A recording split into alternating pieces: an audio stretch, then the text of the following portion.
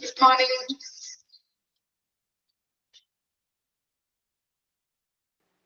Good morning, Miss. Morning.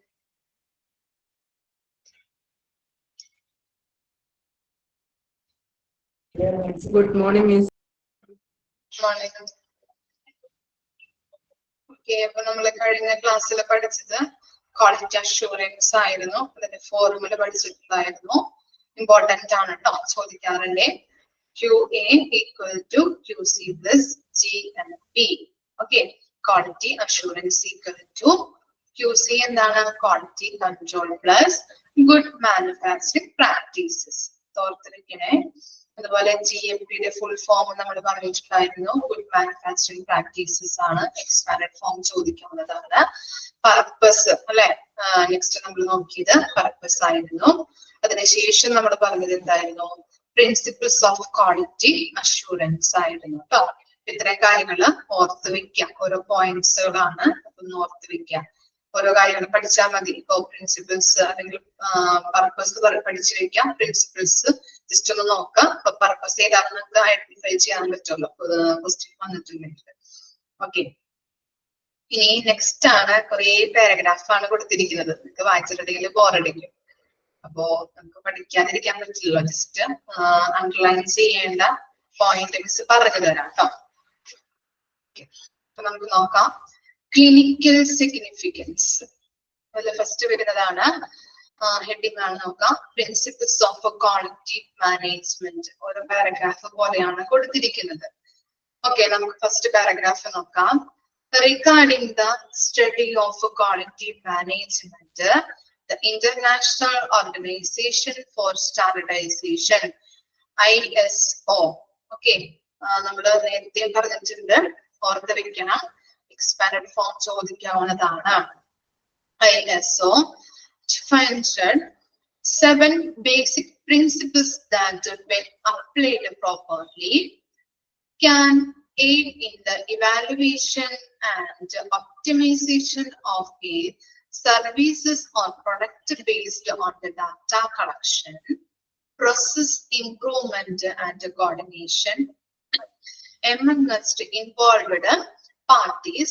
ISO is an independent international group of voluntary experts that develop consensus-based and market-relevant international standards.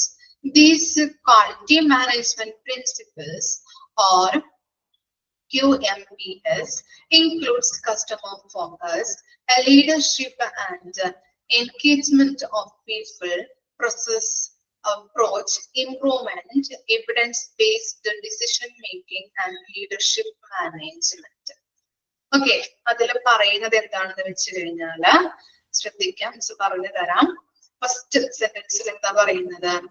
ഈ quality മാനേജ്മെന്റിനെ കുറിച്ചുള്ള പഠനവുമായിട്ട് ബന്ധപ്പെട്ട് international organisation for standardization ISO 7 അടിസ്ഥാന തത്വങ്ങൾ തിരിച്ചറിഞ്ഞ് അവ ശരിയായി പ്രയോഗിക്കുമ്പോൾ ഡാറ്റ കളക്ഷൻ, പ്രോസസ് മാനേജ്മെന്റ്, പാർട്ടീസിന്റെ ഇടയിലുള്ള കോർഡിനേഷൻ, ഒരു സ്റ്റാഫിന്റെ ഇടയിലുള്ള കോർഡിനേഷനും എന്നിവയെ അടിസ്ഥാനമാക്കി ഒരു സേവനത്തിന്റെയോ ഉൽപ്പന്നത്തിന്റെയോ വിലയിരുത്തലിനും ഒപ്റ്റിമൈസേഷനും സഹായിക്കുന്നുണ്ട് എന്നാണ് പറയുന്നത്. ഓക്കെ, അപ്പോ ഈ എന്താണ് ISO 7 അടിസ്ഥാന തത്വങ്ങൾ തിരിച്ചറിഞ്ഞ് അവ ശരിയായി പ്രയോഗിക്കുമ്പോൾ എന്തൊക്കെയാണ് സംഭവിക്കുന്നത്? ശരിയായിട്ട് പ്രയോഗിക്കുമ്പോൾ ഡാറ്റ കളക്ഷൻ, പ്രോസസ് ഇംപ്രൂവ്മെന്റ്, പാർട്ടീസിന്റെ ഇടയിലുള്ള കോർഡിനേഷൻ എന്നിവയെ അടിസ്ഥാനമാക്കിയിട്ട് ഒരു സേവനത്തിന്റെയോ ഉൽപ്പന്നത്തിന്റെയോ വിലയിരുത്തലിനും ഒപ്റ്റിമൈസേഷനും സഹായകമാണ്. ഇനി നെക്സ്റ്റ് സെന്റൻസിൽ എന്താണ്? സമാനത്തായ അടിസ്ഥാനമാക്കിയുള്ളതും അതുപോലെ തന്നെ വിപണിയുമായി ബന്ധപ്പെട്ടിട്ടുള്ളതുമായിട്ടുള്ള അന്താരാഷ്ട്ര മാനദണ്ഡങ്ങൾ വികസിപ്പിക്കുന്ന സ്വമേധയുള്ള വിദഗ്ധരുടെ ഒരു സ്വതന്ത്ര അന്താരാഷ്ട്ര ഗ്രൂപ്പാണ് എന്ത്? ISO എന്ന് പറയുന്നത് International organisation for Standardization. Okay, സമവത്തായ അടിസ്ഥാനമാക്കിയുള്ളതും അതുപോലെ തന്നെ വിപണിയുമായി ബന്ധപ്പെട്ടതുമായിട്ടുള്ള അന്താരാഷ്ട്ര മാനദണ്ഡങ്ങള് വികസിപ്പിച്ചെടുക്കുന്ന സ്വമേധയായുള്ള ഒരു വിദഗ്ധരുടെ ഒരു സ്വതന്ത്ര അന്താരാഷ്ട്ര ഗ്രൂപ്പ്, അതിനെയാണ് നമ്മൾ ISO എന്ന് പറയുന്നത്. ഈ ക്വാളിറ്റി മാനേജ്മെന്റ് പ്രിൻസിപ്പിളില് അല്ലെങ്കിൽ QMPSല് ഉപഭോക്തൃ ശ്രദ്ധ അല്ലെ, കസ്റ്റമേഴ്സ് ഫോക്കസ്, അതുപോലെ തന്നെ നേതൃത്വം ലീഡർഷിപ്പ്, അതുപോലെ തന്നെ എന്താണ് ആളുകളുടെ ഇടപെടൽ അല്ലെ, എൻഗേജ്മെന്റ് ഓഫ് പീപ്പിൾ, അതുപോലെ തന്നെ പ്രക്രിയ സമീപനം പ്രോസസ് അപ്രോച്ച്, മെച്ചപ്പെടുത്തൽ ഇംപ്രൂവ്മെന്റ്, അതുപോലെ തെളിവ് അടിസ്ഥാനമാക്കിയുള്ള തീരുമാനമെടുക്കൽ അല്ലെ, എവിഡൻസ് ബേസ്ഡ് ഡിസിഷൻ മേക്കിംഗ്, അതുപോലെ തന്നെ റിലേഷൻഷിപ്പ്, മാനേജ്മെന്റിന്റെ റിലേഷൻഷിപ്പ് എന്നിവ ഉൾപ്പെടുന്നുണ്ട്. അതൊന്ന് അണ്ടർലൈൻ ചെയ്യാം കേട്ടോ. ക്വാളിറ്റി മാനേജ്മെന്റ് പ്രിൻസിപ്പിളില് അല്ലെങ്കിൽ QMPSല് എന്താണ് ഉൾപ്പെടുന്നതെന്ന് ചോദിച്ചു കഴിഞ്ഞിട്ടുണ്ടെങ്കിൽ എഴുതാൻ പറ്റണം. എന്തൊക്കെയാണ്? Customers focus, leadership, engagement of people, process approach, improvement, evidence based decision making and relationship management. എന്തൊക്കെയാണ് ഉൾപ്പെടുന്നത്? ഉപഭോക്തൃ ശ്രദ്ധ, നേതൃത്വം, ആളുകളുടെ ഇടപെടല്, അതുപോലെ പ്രക്രിയ സമീപനം അല്ലെ, പ്രോസസ് അപ്രോച്ച്, ഇംപ്രൂവ്മെന്റ് മെച്ചപ്പെടുത്തല്, എവിഡൻസ് ബേസ്ഡ് ഡിസിഷൻ മേക്കിംഗ് തെളിവ് അടിസ്ഥാനമാക്കിയുള്ള തീരുമാനമെടുക്കല്, അതുപോലെ റിലേഷൻഷിപ്പ് മാനേജ്മെന്റ് റിലേഷൻഷിപ്പ് എന്നിവയാണ് ഉൾപ്പെടുന്നത്. അപ്പോ ആ പാരഗ്രാഫില് ആ സെന്റൻസ് ഒന്ന് അണ്ടർലൈൻ ചെയ്യാം, ബാക്കിയുള്ളതൊന്ന് വായിച്ചു നോക്കിയാൽ മതി. അതുപോലെ തന്നെ ISO എന്നുള്ളത് ഒന്ന് അണ്ടർലൈൻ ചെയ്ത് വെക്കാം. നമ്മൾ നേരത്തെ അണ്ടർലൈൻ ചെയ്തതാണ്. ഇനിയും മനസ്സിലാവാത്തവരോ അല്ലെങ്കിൽ അതിന്റെ ഫുൾ ഫോം അറിയാത്തവരൊക്കെ ഉണ്ടെങ്കിൽ അണ്ടർലൈൻ ചെയ്യാം കേട്ടോ. ഇന്റർനാഷണൽ ഓർഗനൈസേഷൻ ഫോർ സ്റ്റാൻഡർഡൈസേഷൻ, അതും കൂടി ഒന്ന് അണ്ടർലൈൻ ചെയ്യാം. അപ്പൊ ആ ഫസ്റ്റ് പാരഗ്രാഫില് 2 സെന്റൻസ് ആണ് അടയാളപ്പെടുത്തി തന്നിരിക്കുന്നത്, മാർക്ക് ചെയ്ത് വെച്ചിരിക്കുന്നത്. ISOയും അതുപോലെ തന്നെ ക്വാളിറ്റി മാനേജ്മെന്റ് പ്രിൻസിപ്പിളില് ഉൾപ്പെടുന്നത് ഏതൊക്കെയാണെന്നുള്ളത് കേട്ടോ, ഇമ്പോർട്ടന്റ് ആണ്.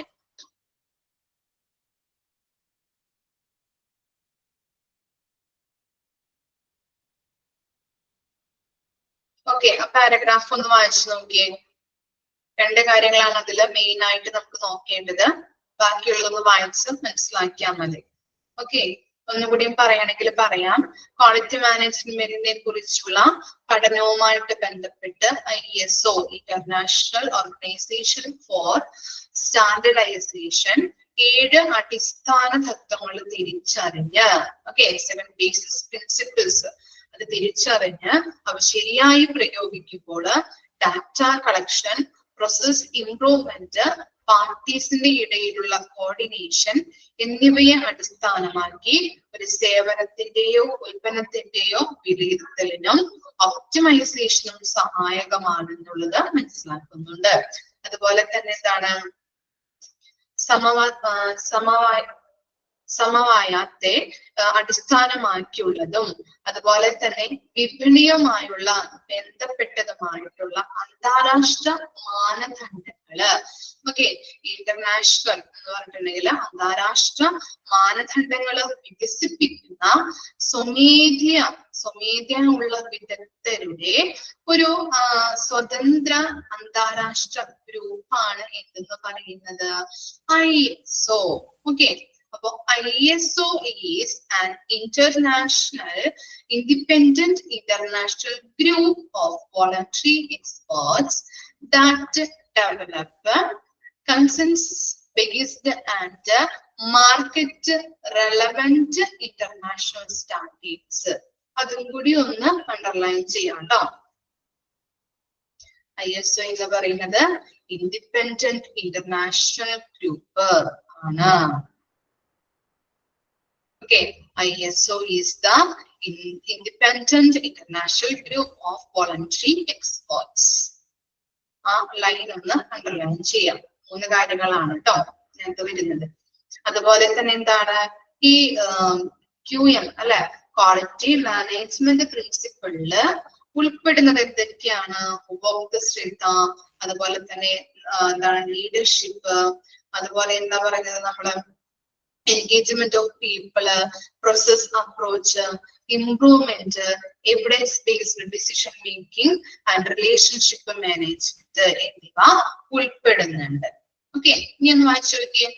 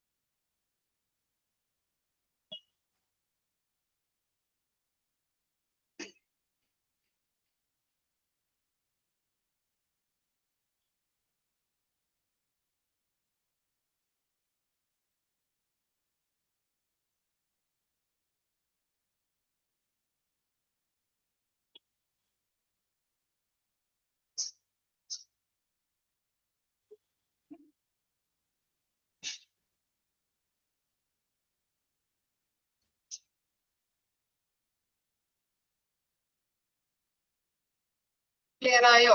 ഇനി നെക്സ്റ്റ് ആണ്, നെക്സ്റ്റ് പാരഗ്രാഫ് നോക്കാം കേട്ടോ. Customer service or customer satisfaction is essential to quality management. Underline ചെയ്യാം കേട്ടോ. Customer satisfaction അല്ലെങ്കിൽ customer service quality management ഒരു essential ആയിട്ടുള്ള കാര്യമാണ് അല്ലെ, ഒരു എന്താണ് അത്യാവശ്യമായിട്ടുള്ള കാര്യമാണ്. കസ്റ്റമേഴ്സിന്റെ സാറ്റിസ്ഫാക്ഷൻ അല്ലെങ്കിൽ കസ്റ്റമേഴ്സിന്റെ സംതൃപ്തി എന്ന് പറയുന്നത് ക്വാളിറ്റി മാനേജ്മെന്റില് ഏറ്റവും അത്യാവശ്യമായിട്ട് വേണ്ടതാണ്. ഇത് കസ്റ്റമർ സാറ്റിസ്ഫാക്ഷൻ അണ്ടർലൈൻ ചെയ്ത് വെക്കാം. Without customers there is no one to offer a service or product.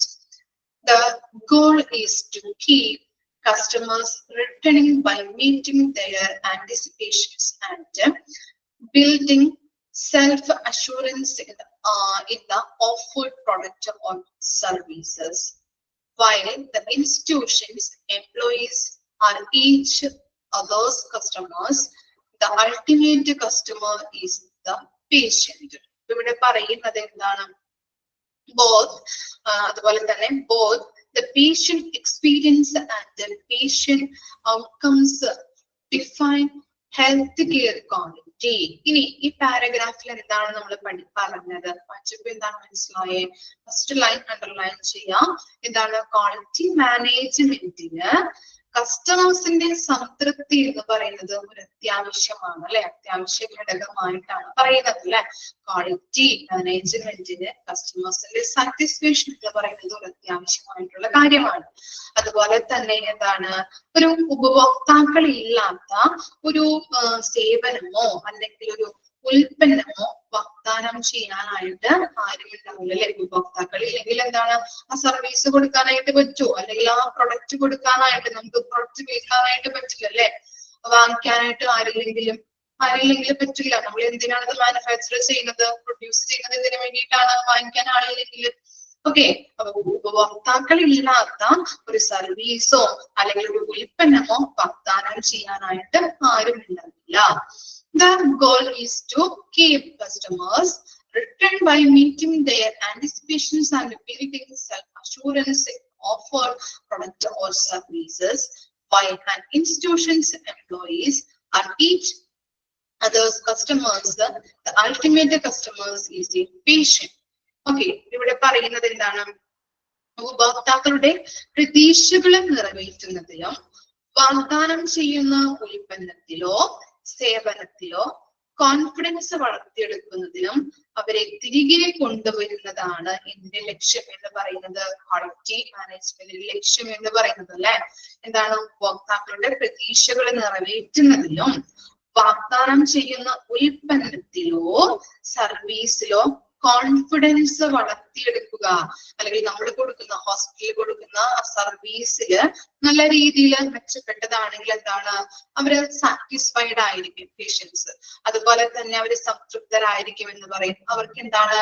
Confidence, ആത്മവിശ്വാസം അവരിൽ ഇൻക്രീസ് ആവാനായിട്ട് ഇടവരുന്നുണ്ട് അല്ലെ. സംതൃപ്തി ഉള്ള സർവീസ് ആണ് അല്ലെങ്കിൽ ഒരു ട്രീറ്റ്മെന്റ് ആണ് നമ്മൾ ഹോസ്പിറ്റലിൽ നിന്ന് കൊടുക്കുന്നതെങ്കിൽ അവർക്ക് കോൺഫിഡൻസ് ലെവൽ ഇൻക്രീസ് ആവാനായിട്ട് ഇടവരുന്നുണ്ട് അല്ലെ.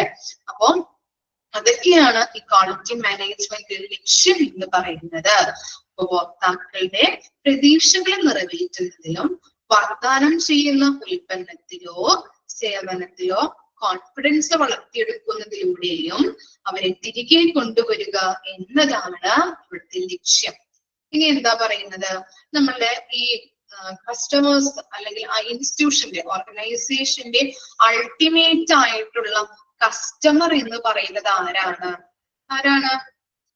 ഹോസ്പിറ്റലിന്റെ അൾട്ടിമേറ്റ് ആയിട്ടുള്ള പേഷ്യൻസ് ആണ്. അതാണ് ഇവിടെ പറയുന്നത്. Institutions employees R each others customers. The ultimate customer is A patient. ഹോസ്പിറ്റലിന്റെ ഇൻസ്റ്റിറ്റ്യൂഷന്റെ അൾട്ടിമേറ്റ് ആയിട്ടുള്ള കസ്റ്റമർ എന്ന് പറയുന്നത് പേഷ്യൻസ് ആണ്. Both patient experience and patient outcomes define health care quality. രോഗിയുടെ എന്താണ്? അനുഭവം അല്ലെ, എക്സ്പീരിയൻസും രോഗിയുടെ ആ ഫലങ്ങൾ, എക്സ്പീരിയൻസ് ആൻഡ് ഔട്ട്കംസ്, ഫലങ്ങള് ഹെൽത്ത് കെയർ ക്വാളിറ്റിയെ നിർവചിക്കുന്നുണ്ട്. ഓക്കെ, മനസ്സിലായോ? അപ്പൊ ഹെൽത്ത് കെയർ ക്വാളിറ്റി എന്ന് പറയുന്നത് എന്താണ്? ഡിഫൈൻ ചെയ്യുന്നത് എന്താണ്? പേഷ്യൻസിന്റെ അനുഭവം, നല്ല രീതിയിലുള്ള അനുഭവം, സാറ്റിസ്ഫൈഡ് ആണ്, അല്ലെങ്കിൽ അവന് ആ ട്രീറ്റ്മെന്റില് അല്ലെങ്കിൽ ആ സർവീസിൽ നിന്ന് കിട്ടുന്ന ഒരു ഔട്ട്കം നല്ല രീതിയിൽ അവന് സാറ്റിസ്ഫൈഡ് ആണെങ്കിൽ എന്താണ്? അതിനെയാണ് നമ്മൾ ഹെൽത്ത് കെയർ ക്വാളിറ്റി എന്ന് നിർവചിക്കാൻ പറ്റുന്നത്. മനസ്സിലായോ? ഹെൽത്ത് കെയർ ക്വാളിറ്റി, ഹോസ്പിറ്റലിൽ നിന്ന് കൊടുക്കുന്ന ക്വാളിറ്റി നല്ല നിലവാരമുള്ളതാണെങ്കിൽ നമുക്ക് എന്ത് പറയാൻ പറ്റും? നല്ല രീതിയിലുള്ള എക്സ്പീരിയൻസ് കിട്ടും പേഷ്യൻസിന്, അതുപോലെ തന്നെ നല്ല രീതിയിലുള്ള ഔട്ട്കംസും പേഷ്യൻസിന് ഉണ്ടാകുന്നുണ്ട്. മനസ്സിലായോ? പേഷ്യൻസിൽ നിന്നും ഉണ്ടാകുന്നുണ്ട്. ക്ലിയർ ആണോ? വായിച്ചു നോക്കിയേ. അപ്പൊ ആ പാരഗ്രാഫിൽ പറഞ്ഞത് എന്താണ്? കസ്റ്റമർ സാറ്റിസ്ഫാക്ഷൻ അല്ലെ. ക്വാളിറ്റി മാനേജ്മെന്റിന് കസ്റ്റമേഴ്സിന്റെ സംതൃപ്തി എന്ന് പറയുന്നത് അത്യാവശ്യമായിട്ടുള്ള ഒരു ഘടകമാണ് അല്ലെ, ഒരു എസെൻഷ്യൽ ആണ്. അത്യാവശ്യമായിട്ട് വേണ്ടതാണ് കസ്റ്റമർ സാറ്റിസ്ഫാക്ഷൻ എന്ന് പറയുന്നത്. അതുപോലെ തന്നെ ഉപഭോക്താക്കളുടെ പ്രതീക്ഷകള് നിറവേറ്റുന്നതിനും വാഗ്ദാനം ചെയ്യുന്ന ഉൽപ്പന്നത്തിലോ സേവനത്തിലോ കോൺഫിഡൻസ് വളർത്തിയെടുക്കുന്നതിലൂടെയും അവരെ തിരികെ കൊണ്ടുവരുന്നതാണ് അതിന്റെ ലക്ഷ്യം എന്ന് പറയുന്നത്. കോൺഫിഡൻസ് വളർത്തിയെടുക്കുക, അവന് എന്താണ് സാറ്റിസ്ഫാക്ഷൻ, അവിടെ കൊടുക്കുന്ന സർവീസില്, അവിടെ കൊടുക്കുന്ന ട്രീറ്റ്മെന്റിൽ അവൻ സാറ്റിസ്ഫൈഡ് ആണെങ്കിൽ അവന് കോൺഫിഡൻസ് ഇൻക്രീസ് ചെയ്യാനായിട്ട് ഇടവരുന്നുണ്ട്. അതുവഴി ആ ഹോസ്പിറ്റലിലോട്ട് അവനെ വീണ്ടും കൊണ്ടുവരാനായിട്ട് ഇടവരുന്നുണ്ട് അല്ലെ. അതാണ് അതിന്റെ ലക്ഷ്യം, ക്വാളിറ്റി മാനേജ്മെന്റിന്റെ ലക്ഷ്യം എന്ന് പറയുന്നത്. അതുപോലെ തന്നെ അൾട്ടിമേറ്റ് ആയിട്ടുള്ള കസ്റ്റമർ, ഓർഗനൈസേഷന്റെ അല്ലെങ്കിൽ ആ ഹോസ്പിറ്റലിന്റെ അൾട്ടിമേറ്റ് കസ്റ്റമർ എന്ന് പറയുന്നത് ആരാണ്? പേഷ്യന്റ് ആണ്. ഇനി എന്താണ് പറയുന്നത്? ഈ ഹെൽത്ത് കെയർ ക്വാളിറ്റിനെ ഡിഫൈൻ ചെയ്യുന്നത് എങ്ങനെയാണ്? പേഷ്യൻസിന്റെ അനുഭവം അല്ലെങ്കിൽ പേഷ്യൻസ് അവിടെ നിന്ന് കിട്ടുന്ന ഔട്ട്കംസിലൂടെയുമാണ് ഡിഫൈൻ ചെയ്യാൻ പറ്റുന്നത്. ഓക്കെ, വായിച്ചു നോക്കാം കേട്ടോ.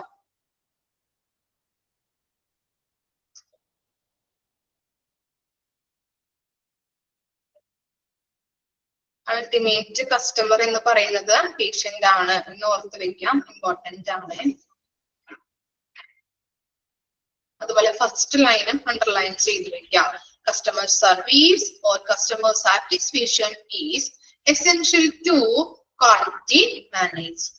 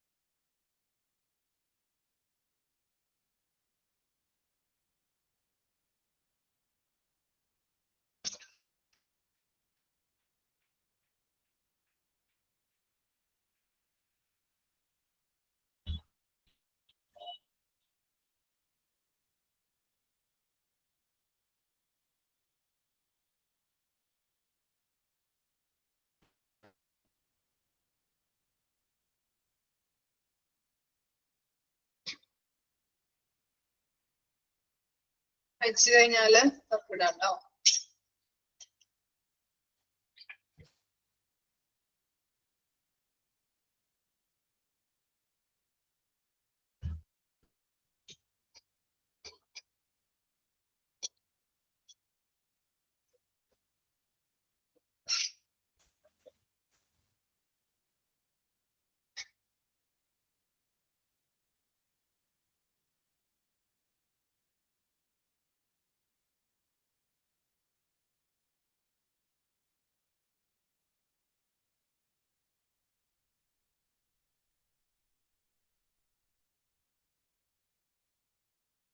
ക്ലിയർ ആയോ 2 പാരഗ്രാഫും?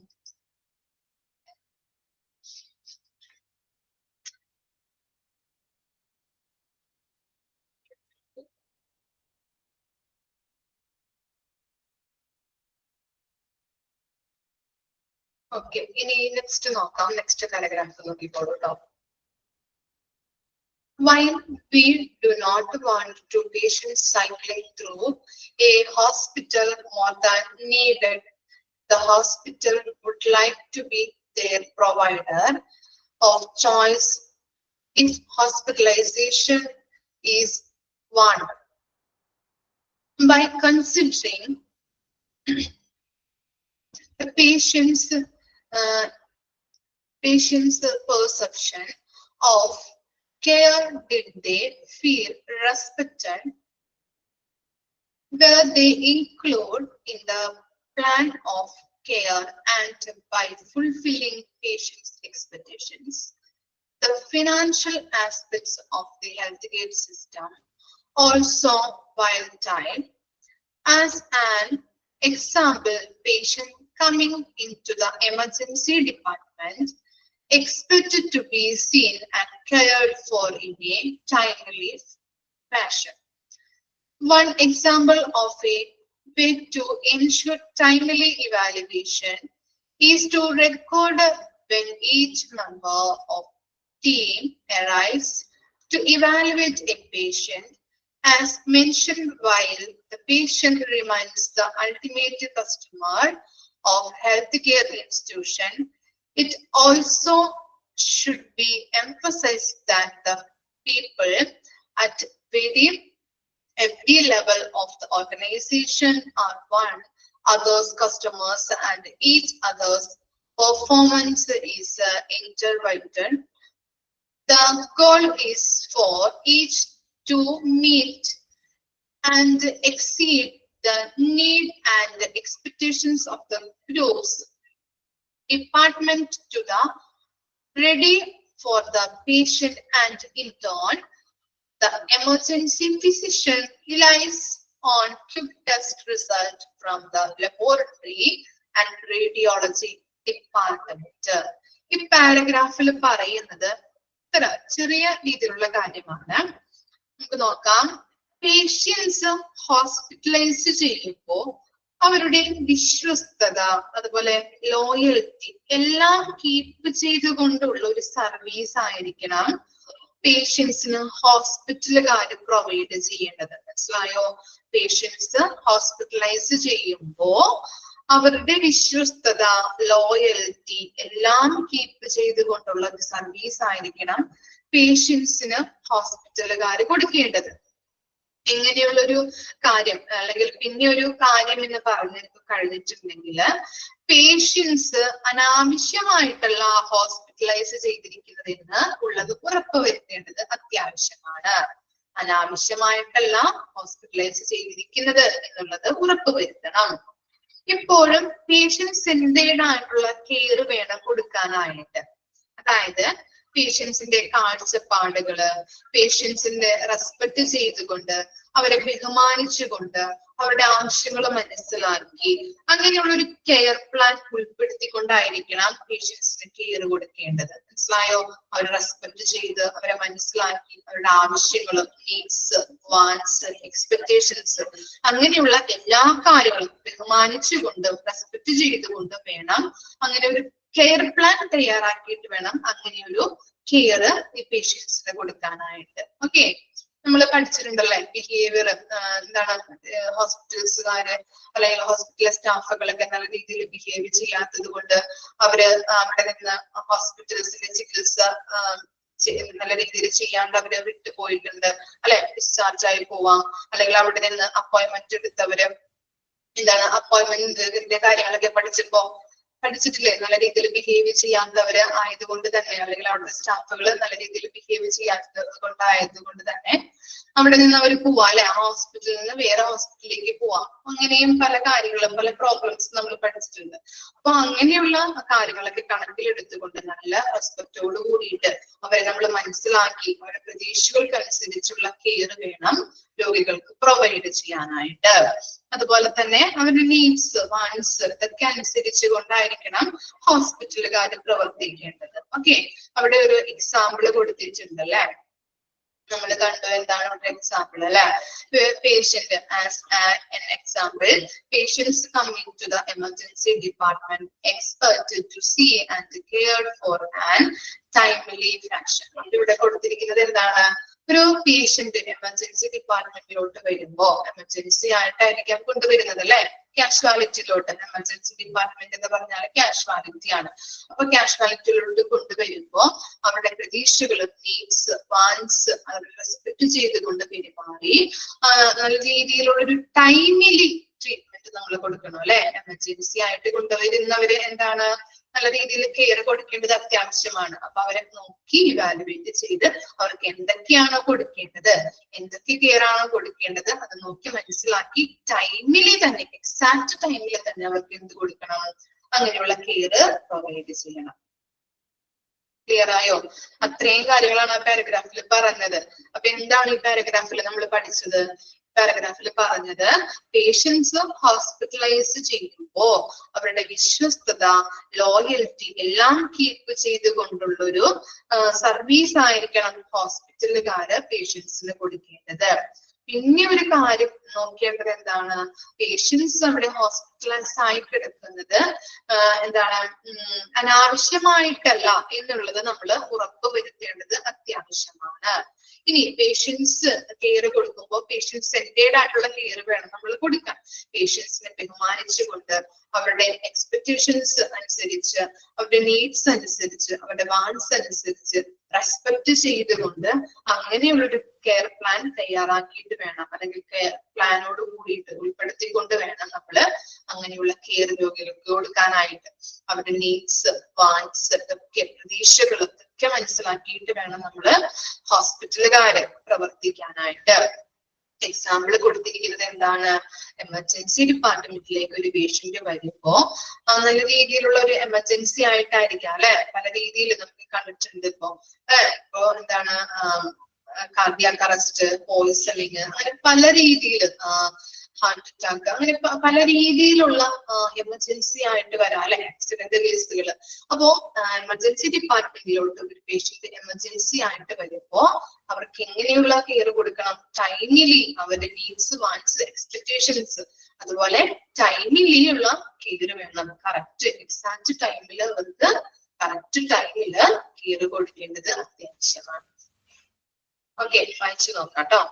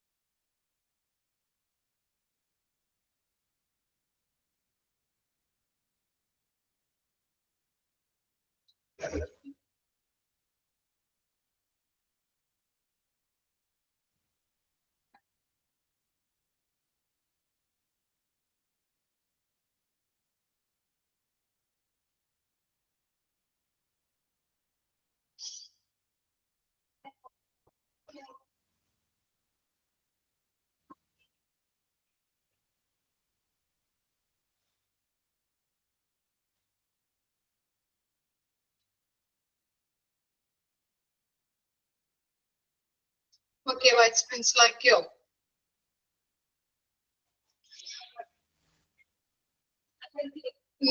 Next ആണ് leadership is essential at every level of strength and the objective and mission of the organization, product and or services. Underline cheyato. Leadership nethrutvam alle. Leadership is essential at every level to strengthen the objectives and missions of an organization, product or services.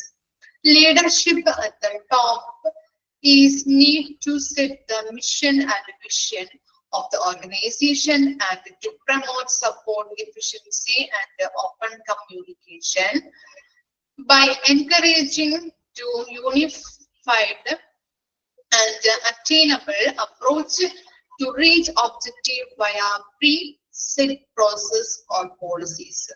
Returning to our trauma scenario, the trauma surgeon ensures that ATLS protocol important ആണ്. ATLS ഞാൻ പറഞ്ഞു തരാം കേട്ടോ. Paragraph വായിച്ച് കഴിഞ്ഞിട്ട് explain ചെയ്യുമ്പോൾ പറഞ്ഞു തരാം.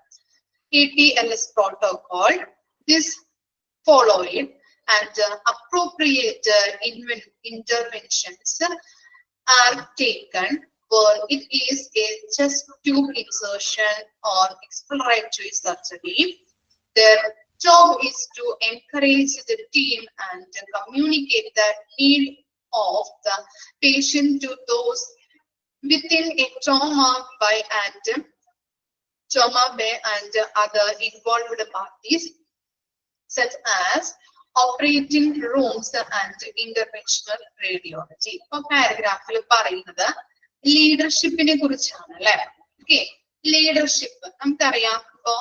ഇപ്പൊ സ്കൂളുകളിലൊക്കെ ലീഡേഴ്സിനെ തിരഞ്ഞെടുക്കാറുണ്ട് അല്ലെ. എന്തിനു വേണ്ടിയിട്ടാണ് ലീഡേഴ്സിനെ തിരഞ്ഞെടുക്കുന്നത്?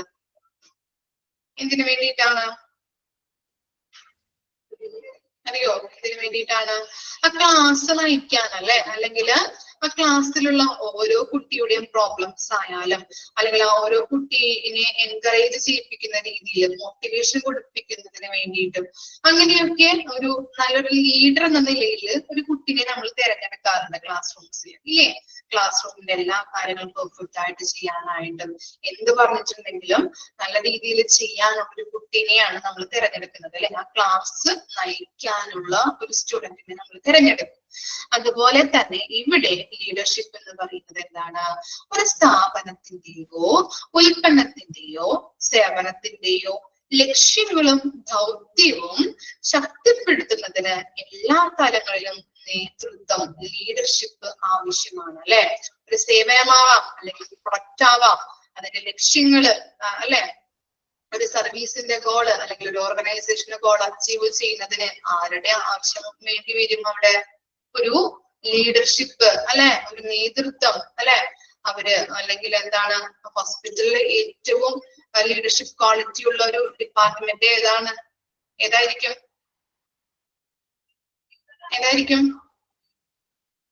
കാർഡിയോളജി ആണോ? പീഡിയാട്രിക് ആണോ? കാഷ്വാലിറ്റി ആണോ? ഏത് ഡിപ്പാർട്ട്മെന്റ് ആണ്? ലീഡർഷിപ്പ് ക്വാളിറ്റി ഉള്ള ഡിപ്പാർട്ട്മെന്റ് എന്ന് പറയുന്നത് ആരായിരിക്കും?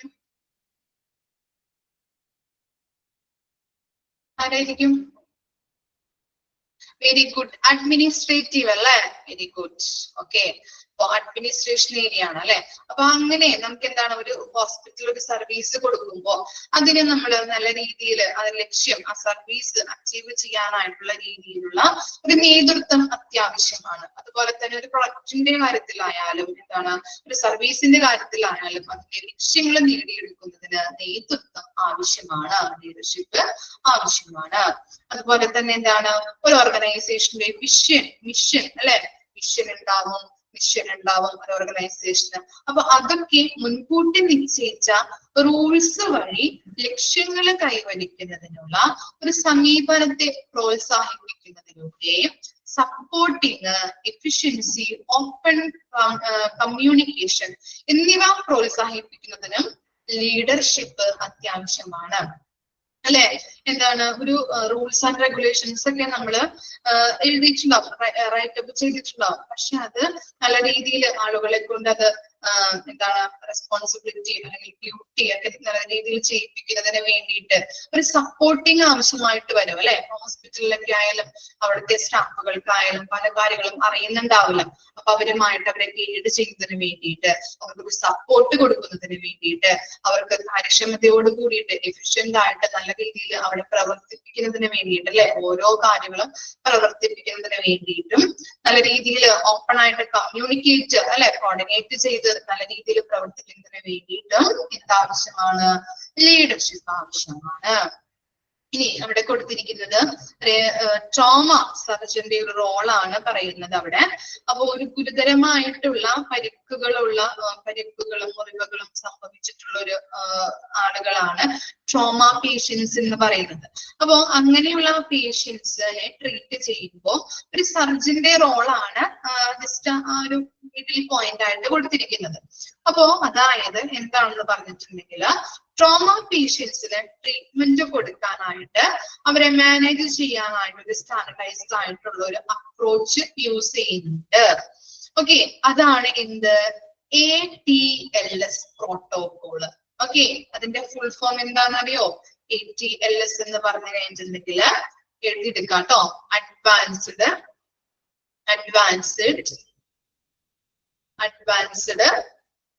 Trauma life support. Advanced trauma life support. Okay. ഇനി ഇതെന്താണ്? ATLS പ്രോട്ടോകോൾ എന്ന് പറഞ്ഞാൽ എന്താണ്? ട്രോമ പേഷ്യൻസിനെ മാനേജ് ചെയ്യാൻ വേണ്ടിയിട്ട് യൂസ് ചെയ്യുന്ന സ്റ്റാൻഡർഡൈസ് ആയിട്ടുള്ള അപ്രോച്ച് ആണ് കേട്ടോ ഇത്.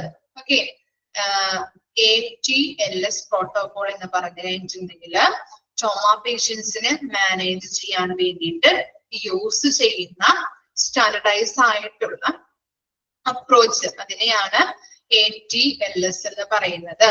Advanced trauma life support.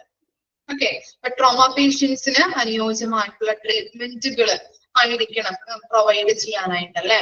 Chest tube insertion ഒക്കെ ചെയ്ത് അവരെ നല്ല രീതിയിൽ ട്രീറ്റ്മെന്റ് കൊടുക്കേണ്ടത് അത്യാവശ്യമാണ്.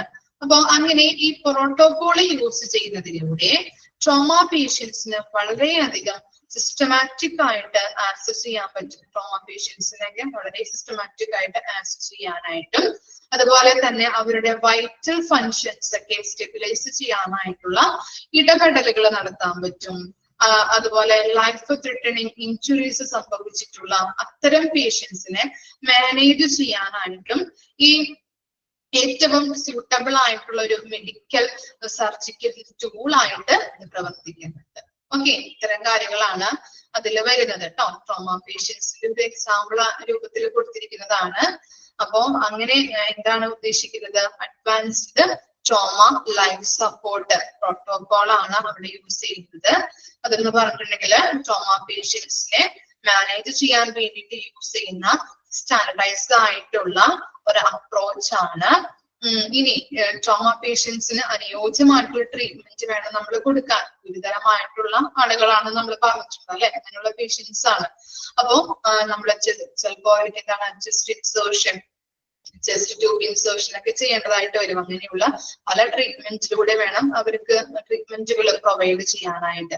അപ്പോ അങ്ങനെ ഈ പ്രോട്ടോകോൾ യൂസ് ചെയ്യുന്നതിലൂടെ ട്രോമ പേഷ്യൻസിനെ വളരെ സിസ്റ്റമാറ്റിക് ആയിട്ട് ആക്സസ് ചെയ്യാനായിട്ടും അതുപോലെ അവരുടെ വൈറ്റൽ ഫങ്ഷൻസ് സ്റ്റെബിലൈസ് ചെയ്യാനായിട്ടുള്ള ഇടപെടലുകൾ കൺട്രോൾ ചെയ്യാനായിട്ടും ലൈഫ് ത്രെട്ടനിങ് ഇഞ്ചുറീസ് സംഭവിച്ചിട്ടുള്ള അത്തരം പേഷ്യൻസിനെ മാനേജ് ചെയ്യാൻ വേണ്ടിയിട്ട് ഏറ്റവും സ്യൂട്ടബിൾ ആയിട്ടുള്ള ഒരു മെഡിക്കൽ സർജിക്കൽ ആണ് ഇതെന്ന് പറയുന്നത്. ഈ ട്രോമ എന്ന് പറഞ്ഞാൽ എന്താണ്? വളരെ ഇഞ്ചുറീസ് ഒക്കെ സംഭവിച്ചിട്ടുള്ള ആൾക്കാർ, ആഘാതം പഠിച്ചിട്ടില്ലേ?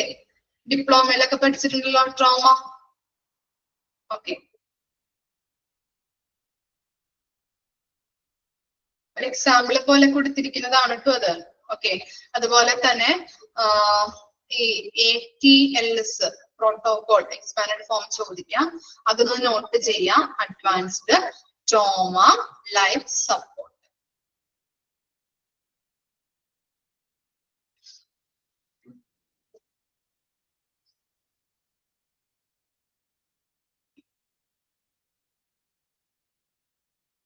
ലീഡർഷിപ്പിന്റെ കാര്യമാണ് ഇവിടെ പറയുന്നത് കേട്ടോ. ഒന്ന് വായിച്ചു നോക്കിയേ.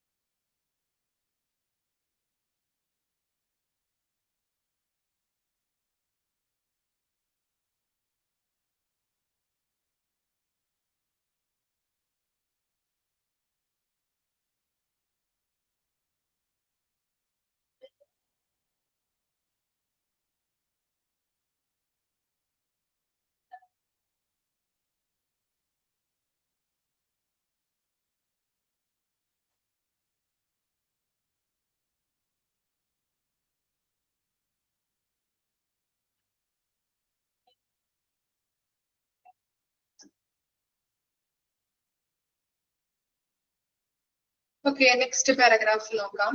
Involvement of individuals at all levels is crucial to achieving the goals of an organization, products or services. Healthcare institutions are built on the strength and commitment of its people.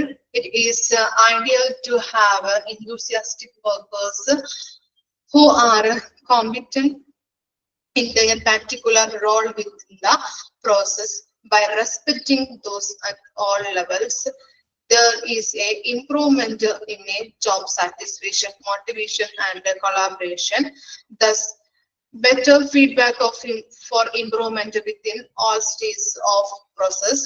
For instance, in the operating room, all providers have a predefined role, where it is a scribe technician monitoring the sterile field and the anesthesiologist evaluating patients' vitals and nurse who is leading the pre-operative timeout. Feedback from all providers is essential to ensure they can perform their job at the highest level possible. എന്താണ് ആ പാരഗ്രാഫിൽ പറയുന്നത്? ഒരു സ്ഥാപനത്തിന്റെയോ അല്ലെങ്കിൽ ഒരു ഉൽപ്പന്നത്തിന്റെയോ സേവനത്തിന്റെയോ ലക്ഷ്യങ്ങൾ കൈവരിക്കുന്നതിന് എല്ലാ തലത്തിലുമുള്ള വ്യക്തികളുടെ പങ്കാളിത്തം നിർണായകമാണ്. ആരോഗ്യ സംരക്ഷണ സ്ഥാപനങ്ങള് അതിലെ ശക്തിയും പ്രതിബദ്ധതയും അധിഷ്ഠിതമാണ് അല്ലെ. അപ്പൊ നമുക്കറിയാം എന്താണ്, പല പല ഡിപ്പാർട്ട്മെന്റുകളും പല ഹോസ്പിറ്റലുകളിലും ഉണ്ട് അല്ലെ. ഒരു ഹോസ്പിറ്റലിൽ പല പല ഡിപ്പാർട്ട്മെന്റുകളുണ്ട്. അപ്പോ ഒരു ഡിപ്പാർട്ട്മെന്റ് മാത്രം പ്രവർത്തിച്ചിട്ടുണ്ടെങ്കിൽ ആ ഹോസ്പിറ്റലിന്റെ എല്ലാ പ്രവർത്തനങ്ങളും നടക്കോ? ഇല്ല. എല്ലാ ഡിപ്പാർട്ട്മെന്റുകളും എല്ലാ സ്റ്റാഫുകളും ഒരുമിച്ച് കൂടി കോർഡിനേറ്റ് ചെയ്തുകൊണ്ട് അവിടുത്തെ മുഴുവൻ പ്രവർത്തനങ്ങളും നടത്തണം അല്ലെ. എന്നാൽ മാത്രമാണ് സക്സസിലേക്ക് പോവുള്ളൂ ഇല്ലേ.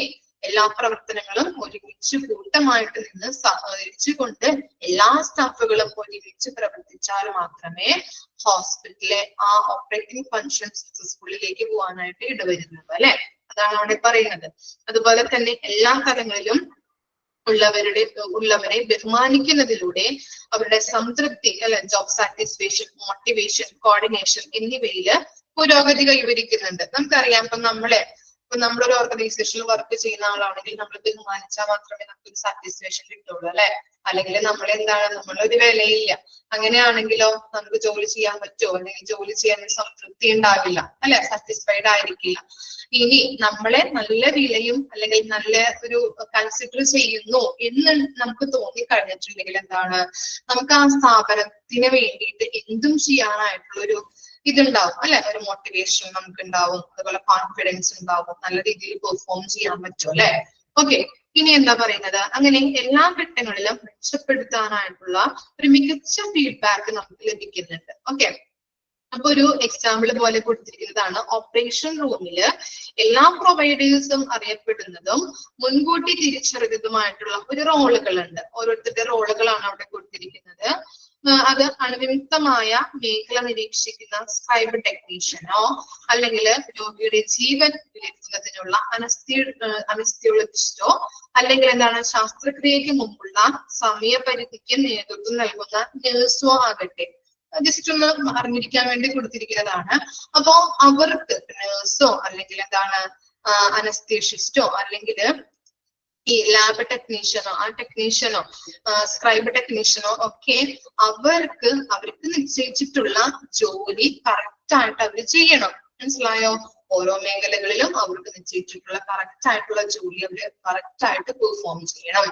ഇനി ലാസ്റ്റ് പോയിന്റ് എന്താണ്? Feedback from all providers is essential to ensure they can perform their job is highest level possible. ഇങ്ങനെ ഈ ഹെൽത്ത് കെയർ പ്രൊവൈഡേഴ്സിൽ നിന്ന് ഫീഡ്ബാക്ക് നമുക്ക് അത്യാവശ്യമാണ്. ഇനി എന്തിനു വേണ്ടിയിട്ടാണ് ഫീഡ്ബാക്ക്? അവരുടെ ജോബ് അവർക്ക് നല്ല രീതിയിൽ പെർഫോം ചെയ്യാൻ പറ്റുന്നുണ്ടോ എന്ന് ഉറപ്പ് വരുത്താനായിട്ട് അവരിൽ നിന്ന് നമുക്ക് ഫീഡ്ബാക്ക് കളക്ട് ചെയ്യുന്നത് അത്യാവശ്യമാണ്. ഓക്കെ, ക്വാളിറ്റിയോട് കൂടിയിട്ട് അവർക്ക് ചെയ്യാൻ പറ്റുന്നുണ്ടോ എന്നുള്ളത് അവരിൽ നിന്ന് നമുക്ക് കിട്ടുന്ന ഫീഡ്ബാക്ക് അനുസരിച്ചിട്ട് നമുക്ക് ഇവാലുവേറ്റ് ചെയ്യാനായിട്ട് പറ്റും. മനസ്സിലായോ? ഓക്കെ, ഈ പാരഗ്രാഫിൽ ഇത്രയും പറയുന്നുള്ളൂ. ഓരോരുത്തർക്കും ഹോസ്പിറ്റലുകളിൽ ഓരോ സ്റ്റാഫിനും അവരുടേതായിട്ടുള്ള ജോലി കൊടുത്തിട്ടുണ്ട് അല്ലെ. ആ ജോബ് അവർക്ക് കൃത്യമായിട്ട് ക്വാളിറ്റിയോട് കൂടിയിട്ട് ചെയ്യാൻ പറ്റുന്നുണ്ടോ എന്ന് ഐഡന്റിഫൈ ചെയ്യുന്നത് എങ്ങനെയാണ്?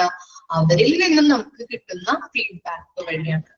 ഓരോ സ്റ്റാഫിൽ നിന്ന് കിട്ടുന്ന ഫീഡ്ബാക്ക് അനുസരിച്ചിട്ട് നമുക്ക് അവർക്ക് സാറ്റിസ്ഫൈഡ് ആണോ, അവർ ചെയ്യുന്ന ജോലിയിൽ സാറ്റിസ്ഫൈഡ് ആണോ, ക്വാളിറ്റിയോടെ അവർക്ക് പ്രവർത്തിക്കാൻ പറ്റുന്നുണ്ടോ എന്ന് നമുക്ക് എങ്ങനെ മനസ്സിലാക്കാൻ പറ്റും? അവരിൽ നിന്ന് കിട്ടുന്ന ഫീഡ്ബാക്ക് അനുസരിച്ച്. മനസ്സിലായോ? ഇത്ര മനസ്സിലാക്കിയാൽ മതി ആ പാരഗ്രാഫിൽ. ഇത് വെറുതെ പാരാവാരം പോലെ ഇങ്ങനെ കൊടുത്തിരിക്കുന്നതാണ് കേട്ടോ. മനസ്സിലാവില്ല, അത് ബുദ്ധിമുട്ടാണ്. ആ കൺസെപ്റ്റ് ഒന്ന് മനസ്സിലാക്കി എടുത്താൽ മതി. ക്ലിയർ ആണോ കൺസെപ്റ്റ്? ഇത്രയും എടുക്കുന്നുള്ളൂ. ഇനി നെക്സ്റ്റ് പാരഗ്രാഫ് പോയിട്ട് നെക്സ്റ്റ് ക്ലാസ്സിൽ എടുക്കാം. ഓക്കെ, മിസ് പറയുമ്പോ ജസ്റ്റ് ഒന്ന് ആ കൺസെപ്റ്റ് എന്താണെന്ന് മനസ്സിലായത് ജസ്റ്റ് ഒന്ന് എഴുതി വെച്ചാൽ മതി. ഇമ്പോർട്ടന്റ് ആയിട്ടുള്ളത് മിസ് പറഞ്ഞു തന്നിട്ടുണ്ട്. അപ്പൊ അതും കൂടി ഒന്ന് നോക്കാം. ഓരോ ലൈനും അണ്ടർലൈൻ ചെയ്യിപ്പിച്ച് തന്നിട്ടുണ്ട്. ഡൗട്ട് ഉണ്ടോ? ഇനി എന്തെങ്കിലും ഡൗട്ട് ഉണ്ടോ?